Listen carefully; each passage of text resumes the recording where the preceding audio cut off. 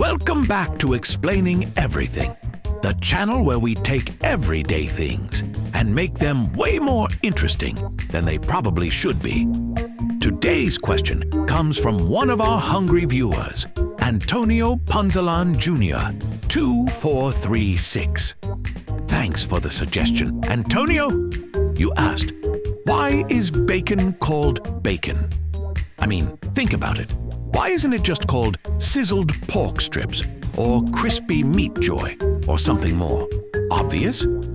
Bacon has been around for centuries, but how did it get that name? And more importantly, why does just hearing the word make us instantly hungry?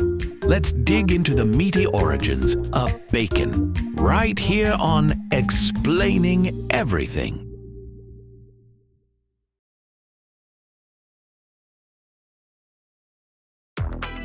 All right, let's travel back in time. The word bacon has been sizzling in languages for centuries. It actually comes from Old French, where it was spelled bacon. Yeah, no major surprises there. But before that, it had roots in Germanic languages, particularly Old High German, Baho, which meant back or buttock. Yep, bacon is literally named after the back of the pig. Though, fun fact, most of the bacon we eat today actually comes from the belly, not the back. A little misleading, but hey, no complaints. So, we went from Baho, which probably sounded super intense in a medieval German accent, to bacon in French, and then the English just borrowed it. Because that's what English does best, steals words from other languages and calls it a day. The word made its way into English by the 14th century, which means people were using bacon to describe delicious strips of cured pork before we even had forks. Imagine medieval peasants sitting around a fire, roasting pork, and casually saying, "Pass the bacon." Back then, though, bacon wasn't the same as what we think of today. It was more of a catch-all term for any salted or cured pork. The fancy, thin-cut, crispy breakfast superstar we love? That version of bacon took a bit longer to show up. Okay, so if bacon originally just meant salted pork, then what makes it different from ham? The main difference is that bacon is specifically cured and then often smoked, while ham is typically just cured or cooked differently. Another way to think about it, ham is the reliable friend who always shows up at family gatherings, while bacon is the rebellious cousin that crashes brunch and steals the show. Different cultures took bacon and ran with it. In Italy, they developed pancetta, which is basically fancy Italian bacon. In China, cured pork belly has been a thing for over 2,000 years. And in England, they leaned into something called back bacon, which is cut from shocker, the back, making it meatier and less fatty than the crispy strips most Americans are used to. In the US, bacon as we know it really took off in the 1920s when mass production made it cheap and easy to get. But the true bacon boom, that happened in the early 2000s when the world collectively lost its mind over putting bacon on everything. Burgers, of course, chocolate, sure, why not? Bacon-scented soap? That exists, and honestly, I don't know how to feel about it. Fun fact, bacon's rise in American breakfasts wasn't just a happy accident.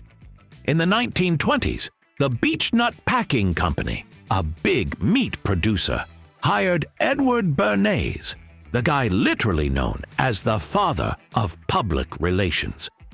He worked some marketing magic and convinced Americans that a hearty breakfast, including bacon, was essential for health. People bought into it, and the next thing you know, bacon and eggs became the ultimate breakfast duo. So, yeah, bacon's popularity wasn't just because it's delicious, it was also some top-tier advertising. Seriously, have you noticed how fun it is to just say the word bacon? It's short, snappy, and somehow just sounds delicious. Compare it to something like cured pork belly. No contest. Plus, food names affect how we perceive taste. Studies have shown that words with a hard K sound, like bacon, crisp, snack, tend to make food seem more appealing. So, the word bacon itself might actually add to its appeal.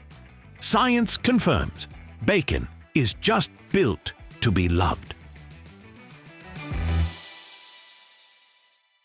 So, to wrap this up, bacon got its name from medieval European languages, starting with the German Baho, moving through French, and eventually settling into English. The name originally just meant salted pork, covering all kinds of preserved meat.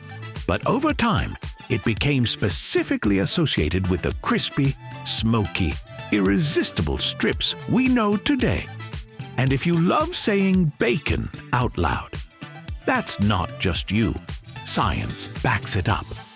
The way the word sounds, combined with its deep connection to comfort food, makes it one of those words that just sparks happiness. So next time you're frying up some bacon, take a moment to appreciate the centuries of history sizzling in your pan.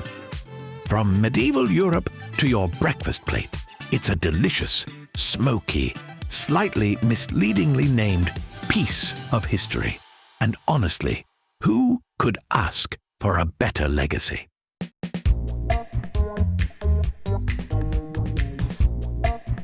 If you enjoyed this video, or if we just made you hungry by saying bacon a million times, don't forget to like and subscribe.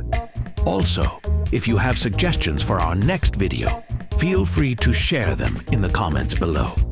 We'll be sure to give you an acknowledgement for your contribution.